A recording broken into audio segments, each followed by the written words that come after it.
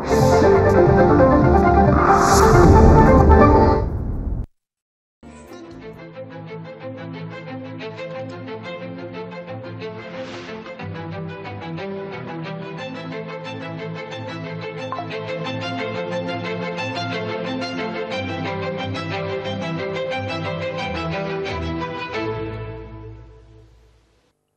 प्यारे देशवासियों, नमस्कार।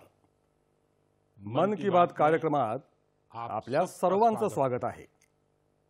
सध्या संपूर्ण देशात सणांचा उत्साह आणि आनंद यावेळी पसरलेला आहे। काही दिवसांपूर्वी आपण सगळ्यांनीच दीपावली साजरी केली आणि आता अनेक ठिकाणी लोक छठ पूजेच्या तयारीमध्ये गुंतले आहेत। घराघरांमध्ये ठेकुआ तयार होत आहेत, ठिकठिकाणी घाट सजत आहेत, बाजारपेठा फुलल्या आहेत।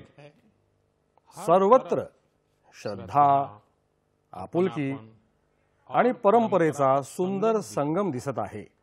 छठचं व्रत पाळणाऱ्या महिला ज्या प्रकारे स्वतःला झोकून देत निष्ठेनं या सणाची तयारी करतात ते खरोखरच खूप प्रेरणादायक आहे। मित्रांनो, छठचा हा महासण आपली संस्कृती, निसर्ग आणि समाज यांच्यातील घट्ट नात्याचं एक प्रतीक आहे।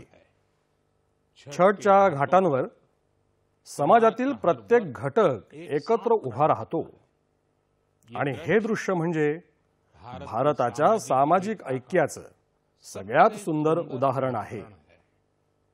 आपण देशात असाल किंवा परदेशात, जर कधी संधी मिळालीच तर छठ उत्सवात नक्की सहभागी व्हा। एक अद्भुत आणि आत्मीय अनुभव स्वतः घेऊन पहा।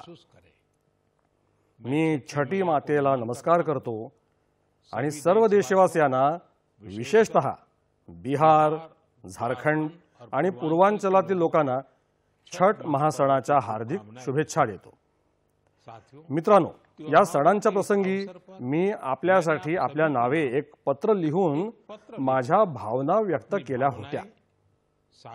त्या पत्रात मी देशाच्या अशा यशस्वी कामगिरींचा उल्लेख केला होता ज्यामुळे यावर्षी सणांची रंगत पूर्वीपेक्षा अधिक वाढली आहे। माझ्या पत्राला प्रतिसाद देत देशातील अनेक नागरिकांनी मला आपले संदेश पाठवले आहेत। खरंच ऑपरेशन सिंदूरनं प्रत्येक भारतीयाचा ऊर अभिमानानं भरून आला आहे। पूर्वी माओवादी दहशतवादाचा अंधार पसरलेल्या भागांमध्ये देखील यावर्षी आनंदाचे दीप प्रज्वलित झाले आहेत। आपल्या मुलांचं भविष्य संकटात लोटणाऱ्या त्या माओवादी दहशतवादाचा लोकांना पूर्णपणे नायनाट करायचा आहे, समूळ उच्चाटन करायचं आहे। मित्रांनो, जीएसटी बचत उत्सवाबाबतही लोकांमध्ये मोठा उत्साह आहे। या वर्षीच्या सणांमध्ये आणखी एक सुखद गोष्ट दिसली आहे, ती म्हणजे बाजारांमध्ये स्वदेशी वस्तूंची खरेदी जबरदस्त वाढली आहे। लोकांनी मला पाठवलेल्या संदेशांमध्ये सांगितलं आहे की त्यांनी यावर्षी कोणत्या स्वदेशी वस्तू खरेदी केल्या आहेत। मित्रांनो, मी माझ्या पत्रात खाद्यतेलाच्या सेवनात 10% कपात करण्याचा देखील आग्रह केला होता। त्यावरही लोकांनी अत्यंत सकारात्मक प्रतिसाद दिला आहे। मित्रांनो, स्वच्छता आणि स्वच्छतेच्या प्रयत्नांबाबतही मला भरपूर संदेश मिळाले आहेत। मी आपल्याला देशातील 3 वेगवेगळ्या शहरांच्या खूप प्रेरणादायक गाथा सांगू इच्छितो। छत्तीसगडच्या अंबिकापूर शहरात शहरातील प्लास्टिक कचरा साफ करण्यासाठी एक अनोखा उपक्रम राबवण्यात आला आहे। अंबिकापूरमध्ये गार्बेज कॅफे अशी व्यवस्था चालवली जाते।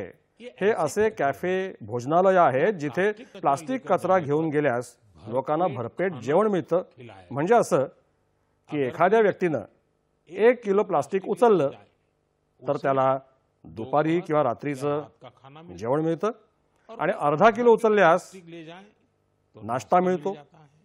हे कॅफे अंबिकापूर महानगरपालिकेद्वारे चालवले जातात। मित्रांनो, अशाच प्रकारचं कमालीचं काम बंगळुरूमध्ये कपिल शर्माजी या अभियंत्यांनीही केलं आहे. बंगळुरू सरोवरांचं शहर म्हणून ओळखलं जातं आणि कपिलजींनी इथे सरोवरांना नवसंजीवनी देण्यासाठी मोहीम सुरू केली आहे. त्यांच्या चमूनं बंगळुरू आणि आसपासच्या भागांमध्ये 40 विहिरी आणि 6 तलाव पुनरुज्जीवित केले आहेत. विशेष गोष्ट म्हणजे त्यांनी आपल्या मोहिमेत उद्योग जगत आणि स्थानिक लोकांनाही सहभागी करून घेतलं आहे. त्यांची संस्था वृक्षारोपण मोहिमांशीही संलग्न आहे. मित्रांनो, अंबिकापूर आणि बंगळुरू ही प्रेरणादायक उदाहरणं दाखवतात की निर्धार ठाम असेल तेव्हा बदल देखील निश्चितपणे घडतोच. मित्रांनो, बदलाच्या आणखी एका प्रयत्नाचं उदाहरण मी आपल्याला सांगू इच्छितो. आपल्याला माहिती आहे की जशी डोंगराळ आणि मैदानी भागात जंगलं असतात आणि या जंगलांमुळे मातीची धूप थांबते, तसंच महत्त्व समुद्र किनाऱ्यावरील मॅनग्रोव्ज खारफुटीच्या झुडपांचं असतं. खारफुटीची झुडपं सागरी खारटणात आणि दलदलीच्या जमिनीमध्ये उगवतात आणि सागरी परिसंस्थेचा एक महत्त्वाचा भाग आहेत. त्सुनामी किंवा चक्रीवादळांसारख्या नैसर्गिक आपत्तींमध्ये ही तीव्र खारफुटीची झुडपं खूप उपयोगी ठरतात. मित्रांनो, गुजरातच्या वन विभागानं खारफुटीचं हे महत्त्व ओळखून एक विशेष मोहीम राबवली आहे. 5 वर्षांपूर्वी वन विभागाच्या पथकाने अहमदाबाद जवळील ढोलेरा इथे खारफुटी लागवडीचं काम सुरू केलं होतं आणि आज ढोलेरा किनाऱ्यावर 3,500 हेक्टर क्षेत्रात खारफुटी पसरली आहे. या खारफुटीचा परिणाम आज संपूर्ण परिसरात दिसून येतोय. तिथल्या परिसंस्थेत डॉल्फिन्सची संख्या वाढली आहे. खेकडे आणि इतर जलचरांची देखील संख्या वाढली आहे, आधीपेक्षा जास्त झाली आहे. एवढंच नाही तर आता अनिवासी स्थलांतरित पक्ष्यांची संख्या देखील इथे मोठ्या प्रमाणावर वाढली आहे. यामुळे तिथल्या पर्यावरणावर तर सकारात्मक परिणाम झालाच आहे आणि ढोलेरातील मच्छीमारांनाही फायदा मिळत आहे. मित्रांनो, ढोलेरा व्यतिरिक्त गुजरातच्या कच्छ भागातही सध्या खारफुटीची लागवड मोठ्या उत्साहात सुरू आहे. तिथे कोरी खाडी परिसरात मॅनग्रोव्ह लर्निंग सेंटर हे खारफुटी अध्ययन केंद्र देखील उभारण्यात आलं आहे. मित्रांनो, झाडं आणि वनस्पतींचं हेच तर वैशिष्ट्य असतं. जागा कोणतीही असो, ते प्रत्येक सजीवाच्या कल्याणासाठी कार्य करतात. म्हणूनच आपल्या ग्रंथांमध्ये म्हटलं आहे, धन्या महिरुहा येभ्यो निराशाम यांती नार्थिनः. म्हणजेच असे कुणालाही निराश न करणारे वृक्ष आणि वनस्पती धन्य, महान आहे. आपण ज्या भागात राहतो तिथे झाडं नक्की लावली पाहिजेत. एक झाड आईच्या नावानं या मोहिमेला आपण आणखी पुढे नेलं पाहिजे. माझ्या प्रिय देशवासियांनो, तुम्हाला माहिती आहे का, मन की बात मध्ये आपण ज्या विषयांवर चर्चा करतो त्यातून मला सर्वाधिक समाधान कशामध्ये मिळतं? तर मी असं म्हणेन की मन की बात मध्ये घेतलेल्या विषयांमुळे लोकांना समाजासाठी काही चांगलं, काही नवकल्पक करण्याची प्रेरणा मिळते. यातून आपल्या संस्कृतीचं आणि देशाच्या विविध पैलूंचं सुंदर असं दर्शन घडतं. मित्रांनो, तुमच्यापैकी बऱ्याच जणांना आठवत असेल, सुमारे 5 वर्षांपूर्वी मी या कार्यक्रमात भारतीय जातींच्या श्वानांबद्दल म्हणजेच कुत्र्यांबद्दल चर्चा केली होती. त्यावेळी मी देशवासियांनाच नव्हे तर आपल्या सुरक्षा दलांनाही आवाहन केलं होतं की त्यांनी भारतीय जातींच्या कुत्र्यांचा वापर करावा, कारण हे कुत्रे आपला परिसर आणि वातावरणाशी अधिक सहजपणे जुळवून घेतात. मला हे सांगताना आनंद वाटतोय की आपल्या सुरक्षा दलांनी या दिशेनं प्रशंसनीय असे प्रयत्न केले आहेत. सीमा सुरक्षा दल BSF आणि केंद्रीय राखीव पोलीस दल CRPF यांनी त्यांच्या पथकांमध्ये भारतीय जातींच्या कुत्र्यांची संख्या वाढवली आहे. कुत्र्यांच्या प्रशिक्षणासाठी BSFचं राष्ट्रीय प्रशिक्षण केंद्र मध्य प्रदेशात ग्वाल्हेर जवळ टेकनपूर इथे आहे. इथे उत्तर प्रदेशची रामपूर हाऊंड ही शिकारी कुत्र्यांची जात, तसंच कर्नाटक आणि महाराष्ट्रातील मुधोळ हाऊंड या जातींवर विशेष लक्ष केंद्रित केलं जात आहे. या केंद्रात प्रशिक्षक तंत्रज्ञान आणि नवकल्पनांचा उपयोग करून श्वानांना अधिक प्रभावी प्रशिक्षण देत आहेत. भारतीय जातींच्या श्वानांसाठीच्या प्रशिक्षण मार्गदर्शिका ट्रेनिंग मॅन्युअल्स नव्यानं तयार करण्यात आल्या आहेत, जेणेकरून या श्वानांच्या विशिष्ट क्षमतांना न्याय देता येईल. बंगळुरू येथील CRPFच्या श्वान प्रजनन आणि प्रशिक्षण शाळेमध्ये मॉन्ग्रेल्स, मुधोळ हाऊंड, कोंबाई आणि पांडिकोना अशा भारतीय श्वानांना प्रशिक्षण दिलं जात आहे. मित्रांनो, गेल्या वर्षी लखनौ इथे all India police duty meet ही अखिल भारतीय पोलीस कार्यदक्षता मेळावा स्पर्धा आयोजित करण्यात आली होती. त्यावेळी रिया नावाच्या श्वानानं सर्वांचं लक्ष वेधून घेतलं होतं. ही मुधोळ हाऊंड जातीची कुत्री BSFनं प्रशिक्षित केली आहे. रियानं इथे अनेक परदेशी जातींच्या श्वानांना मागे टाकून पहिला पुरस्कार जिंकला. मित्रांनो, आता BSFनं आपल्या श्वानांना परदेशी नावं न देता भारतीय नावं देण्याची परंपरा सुरू केली आहे. आपल्या भारतीय श्वानांनी विलक्षण धैर्य आणि साहस दाखवलंय. गेल्या वर्षी छत्तीसगडमधील माओवादग्रस्त क्षेत्रात गस्ती दरम्यान CRPFच्या एका भारतीय श्वानानं 8 किलोग्रॅम वजनाच्या स्फोटकांचा छडा लावला. BSF आणि CRPF यांनी या दृष्टीनं केलेल्या प्रयत्नांसाठी मी त्यांचं अभिनंदन करतो. मी खरं तर 31 ऑक्टोबरची देखील अत्यंत उत्सुकतेनं वाट पाहतो, कारण हा दिवस लोहपुरुष सरदार पटेल यांचा जयंती दिन आहे. या निमित्तानं दरवर्षी गुजरातमधील एकता नगरमध्ये स्टॅच्यू ऑफ युनिटी या एकतेच्या पुतळ्याजवळ विशेष कार्यक्रम आयोजित केले जातात. याच ठिकाणी एकता दिवस संचलन देखील होतं आणि या संचलनामध्ये पुन्हा एकदा भारतीय श्वानांच्या सामर्थ्याचं प्रदर्शन होईल. तुम्हीही वेळात वेळ काढून हे संचलन नक्की पहा. माझ्या प्रिय देशवासियांनो, सरदार पटेल यांच्या 150व्या जयंतीचा दिवस संपूर्ण देशासाठी अत्यंत विशेष असा प्रसंग आहे. सरदार पटेल हे राष्ट्राच्या आधुनिक काळातील महान व्यक्तिमत्वांपैकी एक आहेत. त्यांच्या टोलेजंग व्यक्तिमत्वात अनेक गुण एकत्र सामावले होते. ते अत्यंत प्रतिभावंत, हुशार विद्यार्थी होते. त्यांनी भारत आणि ब्रिटन दोन्ही ठिकाणी शिक्षणात उत्कृष्ट अशी कामगिरी बजावली आहे. ते आपल्या काळातील सर्वात यशस्वी वकिलांपैकी एक होते. ते वकिलीत नाव कमावू शकले असते, पण गांधीजींकडून प्रेरणा घेत त्यांनी स्वातंत्र्य लढ्यात स्वतःला पूर्णपणे झोकून दिलं. खेडा सत्याग्रहापासून बोरसद सत्याग्रहापर्यंत अनेक चळवळींमध्ये त्यांनी दिलेलं योगदान आजही स्मरणात आहे. अहमदाबाद महानगरपालिकेचे प्रमुख म्हणून त्यांचा कार्यकाळ देखील ऐतिहासिक ठरलाय. त्यांनी स्वच्छता आणि उत्तम राज्यकारभार यांना सर्वोच्च प्राधान्य दिलं. उपपंतप्रधान आणि गृहमंत्री म्हणून त्यांनी दिलेल्या योगदानासाठी आपण सर्वजण सदैव त्यांचे ऋणी राहू. मित्रांनो, सरदार पटेल यांनी भारताच्या प्रशासकीय संरचनेचा भक्कम पाया रचला. त्यांनी देशाची एकता आणि अखंडत्वासाठी असामान्य प्रयत्न केले. माझी आपल्या सर्वांना विनंती आहे की 31 ऑक्टोबर रोजी सरदार साहेबांच्या जयंतीच्या निमित्तानं देशभर होणाऱ्या रन फॉर युनिटी या एकता दौडीत तुम्ही नक्की सहभागी व्हा आणि फक्त एकटेच नाही तर सर्वांना सोबत घेऊन सहभागी व्हा.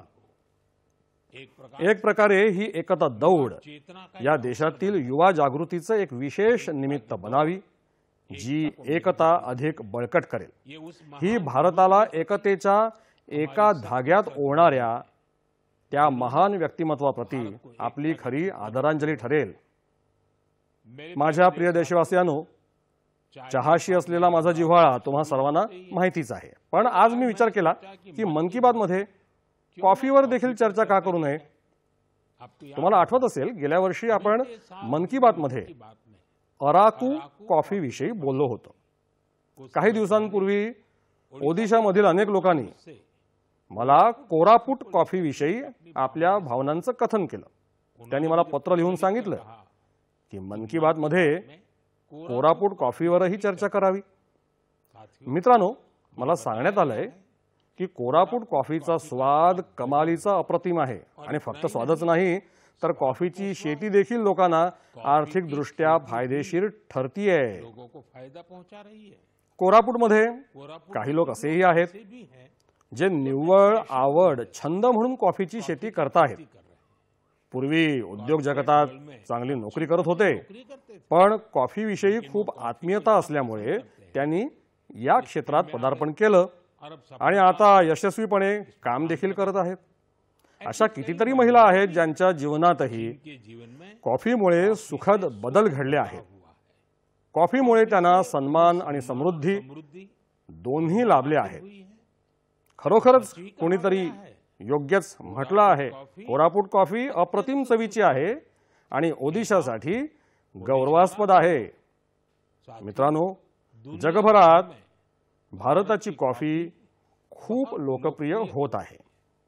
मग कर्नाटकामधली चिकमंगळूर, कुर्ग आणि हासन असो, तामिळनाडूमधील पुलनी, शेवरॉय, निलगिरी आणि अन्नामलाईची असो, कर्नाटक, तामिळनाडू सीमेजवळील बिलिगिरी क्षेत्र किंवा केरळमधील वायनाड, त्रावणकोर आणि मलबार असो, भारताची कॉफी किती वैविध्यपूर्ण आहे हे अगदी सहज लक्षात येतं.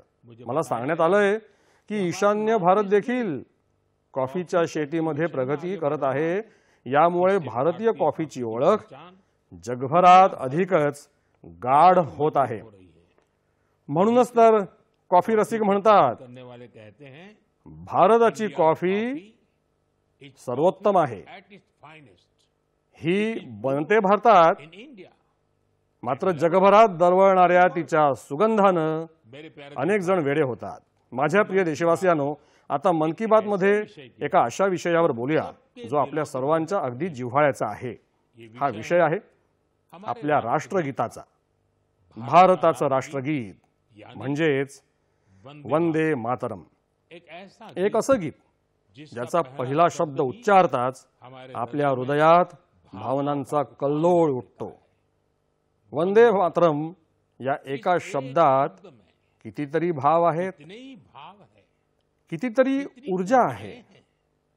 किती सहजपणे हा शब्द आपल्याला मातृभूमीच्या वात्सल्याची, प्रेमाची अनुभूती देतो. हे राष्ट्रगीतच आपल्याला भारत मातेची लेकरं म्हणून आपल्या जबाबदाऱ्यांची जाणीव करून देतं. संकटाच्या कठीण काळात वंदे मातरमचा जयघोष 140 कोटी भारतीयांना एकतेच्या ऊर्जेनं भरून टाकतो. मित्रांनो, राष्ट्रभक्ती, भारत मातेवरील प्रेम या जर शब्दांपलीकडील भावना असतील तर वंदे मातरम त्या अमूर्त भावनेला मूर्त रूप देणारं गीत आहे. याची रचना बंकिमचंद्र चट्टोपाध्याय यांनी शतकानुशतकं चालत आलेल्या गुलामगिरीत खितपत पडलेल्या भारतामध्ये नवे प्राण फुंकण्यासाठी केली होती. वंदे मातरम हे भले 19व्या शतकात लिहिलं गेलं असलं तरी त्यातील भावना भारताच्या हजारो वर्षांपूर्वीच्या अमर अशा चैतन्याशी जोडलेली होती. वेदांनी ज्या भावनेनं माता भूमी पुत्रोहम पृथिव्याः म्हणजे ही पृथ्वी माझी माता आहे आणि मी तिचा पुत्र आहे असं म्हणून भारतीय संस्कृतीचा पाया रचला होता, बंकिमचंद्रजींनी वंदे मातरम लिहून मातृभूमी आणि तिची लेकरं यांच्यातल्या त्याच नात्याला भावनांच्या विश्वात एका मंत्राच्या रूपात बांधलं होतं. मित्रांनो, तुम्हाला वाटत असेल की मी अचानक वंदे मातरम बद्दल इतकं सारं का बोलतोय, तर याचं कारण असं आहे की काही दिवसानंतर 7 नोव्हेंबर रोजी आपण वंदे मातरमच्या 150व्या वर्षाच्या उत्सवाचा प्रारंभ करणार आहोत. 150 वर्षांपूर्वी वंदे मातरमची रचना झाली होती आणि 1896 मध्ये गुरुदेव रवींद्रनाथ टागोर यांनी ते पहिल्यांदा गायलं होतं. मित्रांनो, वंदे मातरमच्या गायनात कोट्यवधी देशवासियांनी नेहमीच राष्ट्रप्रेमाचं प्रचंड असं तुफान अनुभवलं आहे. आपल्या पिढ्यांनी वंदे मातरमच्या शब्दांमध्ये भारताचं एक जिवंत आणि भव्य स्वरूप पाहिलं आहे. सुजलाम सुफलाम मलयज शीतलाम शस्य श्यामलाम मातरम वंदे मातरम. आपल्याला असाच भारत घडवायचा आहे. वंदे मातरम आपल्या या प्रयत्नांमध्ये नेहमीच आपली प्रेरणा बनेल. त्यामुळे आपल्याला वंदे मातरमचं 150वं वर्ष देखील संस्मरणीय बनवायचं आहे. येणाऱ्या पिढ्यांसाठी ही संस्कारांची सरिता, संस्कारांचा नदी प्रवाह आपल्याला पुढे घेऊन जायचा आहे. आगामी काळात वंदे मातरमशी संबंधित अनेक कार्यक्रम होतील. देशात अनेक सोहळे होतील. माझी इच्छा आहे की आपण सर्व देशवासीय वंदे मातरमच्या गौरवगानासाठी स्वयंस्फूर्तीनं उत्स्फूर्तपणे प्रयत्न करूया. तुम्ही तुमच्या सूचना मला वंदे मातरम 150 या हॅशटॅगसह नक्की पाठवा. हॅशटॅग वंदे मातरम 150. मला तुमच्या सूचनांची प्रतीक्षा असेल आणि आपण सर्व मिळून ही संधी ऐतिहासिक बनवण्याच्या दृष्टीनं काम करूया. माझ्या प्रिय देशवासियांनो, संस्कृतचं नाव ऐकताच आपल्या मनामध्ये येतं आपले धर्मग्रंथ, वेद, उपनिषद, पुराण, शास्त्र, प्राचीन ज्ञान विज्ञान, अध्यात्म आणि तत्वज्ञान. पण कोणे एकेकाळी या सगळ्यांसोबतच संस्कृत ही संवाद साधण्याची देखील भाषा होती. त्या युगात अध्ययन आणि संशोधन संस्कृतमध्ये केलं जात असे. नाट्य प्रयोगही संस्कृतमध्ये होत असत.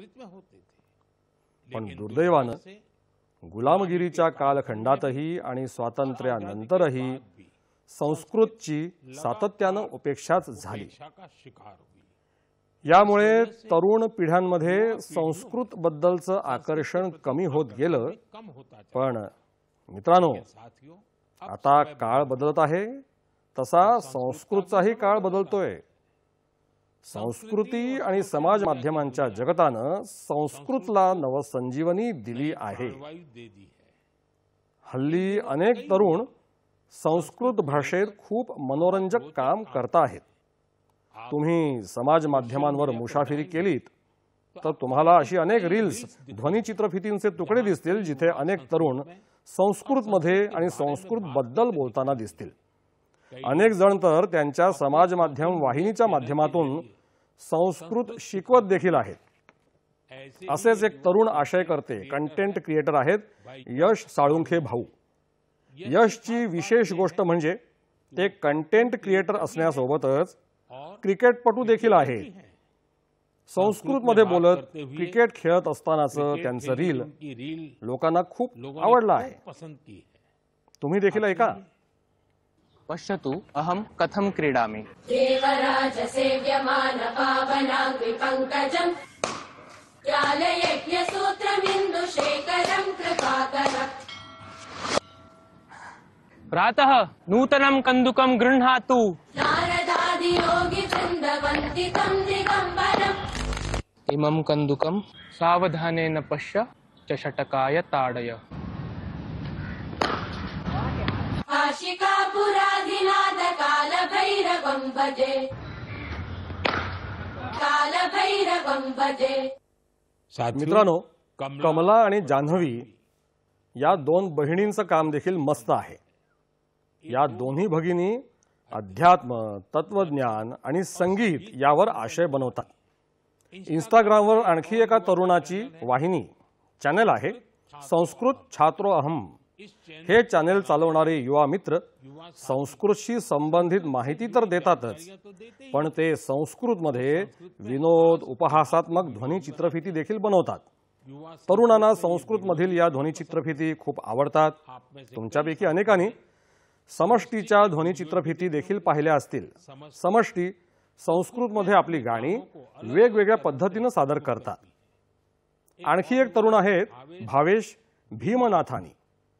भावेश संस्कृत श्लोक, आध्यात्मिक तत्वज्ञान आणि सिद्धांतांबद्दल बोलतात. मित्रांनो, भाषा ही कोणत्याही संस्कृतीच्या मूल्यांची आणि परंपरांची वाहक असते. संस्कृतनं हे कर्तव्य हजारो वर्ष निभावलं आहे. आता संस्कृतसाठी काही तरुण आपलं कर्तव्य पालन करताहेत हे पाहून खूप बरं वाटतं. माझ्या प्रिय देशवासियांनो, आता मी तुम्हाला जरा भूतकाळात घेऊन जातो. कल्पना करा, 20व्या शतकाचा सुरुवातीचा काळ. तेव्हा स्वातंत्र्याची सुतराम आशा कुणालाही दिसत नव्हती. संपूर्ण भारतात इंग्रजांनी शोषणाच्या सर्व सीमा ओलांडल्या होत्या आणि त्या काळात हैदराबादच्या देशभक्तांसाठी दडपशाहीचा कालखंड आणखी भयानक होता. त्यांना क्रूर आणि निष्ठुर निजामांचे अत्याचार सहन करण्यावाचून गत्यंतरच नव्हतं. गरीब, वंचित आणि आदिवासी समाजावर होत असलेल्या अत्याचारांना तर पारावारच उरला नव्हता. त्यांच्या जमिनी हिसकावून घेतल्या जात होत्या. सोबतच मोठा कर देखील लादला जात होता. कुणी या अन्यायाचा विरोध केलाच तर त्यांचे हात तोडले जात असत. मित्रांनो, अशा कठीण समयी सुमारे 20 वर्षांचा एक नवतरुण या अन्यायाविरुद्ध उभा ठाकला होता. आज एका विशेष कारणामुळे मी त्या नवतरुणाविषयी बोलतो आहे. त्याचं नाव सांगण्यापूर्वी मी तुम्हाला त्याच्या शौर्याची कथा ऐकवेन. मित्रांनो, त्या काळात जेव्हा निजामाविरुद्ध एक शब्द बोलणं देखील गुन्हा होता, त्या तरुणानं निजामाच्या सिद्दीकी नावाच्या एका अधिकाऱ्याला उघड आव्हान दिलं होतं. निजामानं सिद्दीकीला शेतकऱ्यांची पिकं जप्त करण्यासाठी पाठवलं होतं, पण अत्याचाराविरुद्धच्या या संघर्षात त्या तरुणानं सिद्दीकीला यमसदनी धाडलं. तो अटकेपासून वाचण्यातही यशस्वी झाला. निजामाच्या अत्याचारी पोलिसांना गुंगारा देत तो तरुण तिथून शेकडो किलोमीटर दूर आसाममध्ये जाऊन पोहोचला. मित्रांनो, मी ज्या महान व्यक्तीबद्दल बोलत आहे त्यांचं नाव आहे कोमरम भीम. नुकतीच 22 ऑक्टोबरला त्यांची जयंती साजरी झाली. कोमरम भीम यांना फार आयुष्य लाभलं नाही. ते केवळ 40 वर्षच जगले. पण आपल्या जीवनकाळात त्यांनी असंख्य लोकांच्या, विशेषतः आदिवासी समाजाच्या अंतःकरणात न पुसणारा ठसा उमटवला. त्यांनी निजामाविरुद्ध संघर्ष करणाऱ्या लोकांमध्ये नवं बळ निर्माण केलं. ते त्यांच्या व्यूहरचनात्मक कौशल्यासाठी देखील ओळखले जात होते. निजामाच्या सत्तेपुढे त्यांनी एक मोठं आव्हान उभं केलं होतं. 1940 मध्ये निजामाच्या लोकांनी त्यांची हत्या केली. तरुणांना माझं आवाहन आहे की त्यांनी त्यांच्याबद्दल अधिकाधिक जाणून घेण्याचा प्रयत्न करावा. कोमरम भीम यांना माझी विनम्र आदरांजली. ते लोकांच्या हृदयात कायम स्वरूपी राहतील. मित्रांनो, पुढील महिन्याच्या 15 तारखेला आपण आदिवासी गौरव दिवस साजरा करू. हा भगवान बिरसा मुंडाजी यांच्या जयंतीचा शुभ प्रसंग आहे. मी भगवान बिरसा मुंडाजींना सश्रद्ध नमस्कार करतो. देशाच्या स्वातंत्र्यासाठी, आदिवासी समाजाच्या अधिकारांसाठी त्यांनी केलेलं कार्य अतुलनीय आहे. माझं हे भाग्य आहे की मला झारखंडमधील भगवान बिरसा मुंडाजींच्या उलीहातू या गावी जाण्याची संधी मिळाली होती. मी तिथली माती कपाळी लावून प्रणाम केला होता. भगवान बिरसा मुंडाजी आणि कोमरम भीमजी यांच्याप्रमाणेच आपल्या आदिवासी समाजामध्ये अनेक महान व्यक्ती होऊन गेल्या आहेत. माझं आवाहन आहे की तुम्ही त्यांच्याबद्दल नक्की वाचन करा. माझ्या प्रिय देशवासियांनो, मन की बात साठी मला तुम्ही पाठवलेले अनेक संदेश मिळत असतात. अनेक लोक या संदेशांमध्ये त्यांच्या आजूबाजूच्या प्रतिभावंतांबद्दल सांगत असतात. मला हे वाचून खूप आनंद होत असतो की आपली लहान लहान शहरं, तालुके, गावांमध्येही नवोन्मेषी कल्पनांवर कामं होत आहेत. जर तुम्हाला सेवा भावनेतून समाजाला बदलण्यासाठी झटत असलेल्या अशा व्यक्ती किंवा समूहांबद्दल माहिती असेल तर मला नक्की कळवा. मला तुमच्या संदेशांची नेहमीप्रमाणेच प्रतीक्षा असेल. पुढील महिन्यात आपण मन की बातच्या आणखी एका भागामध्ये भेटू. काही नवीन विषयांसह भेटू. तोपर्यंत मी तुमचा निरोप घेतो. तुम्हा सर्वांचे खूप खूप आभार. नमस्कार.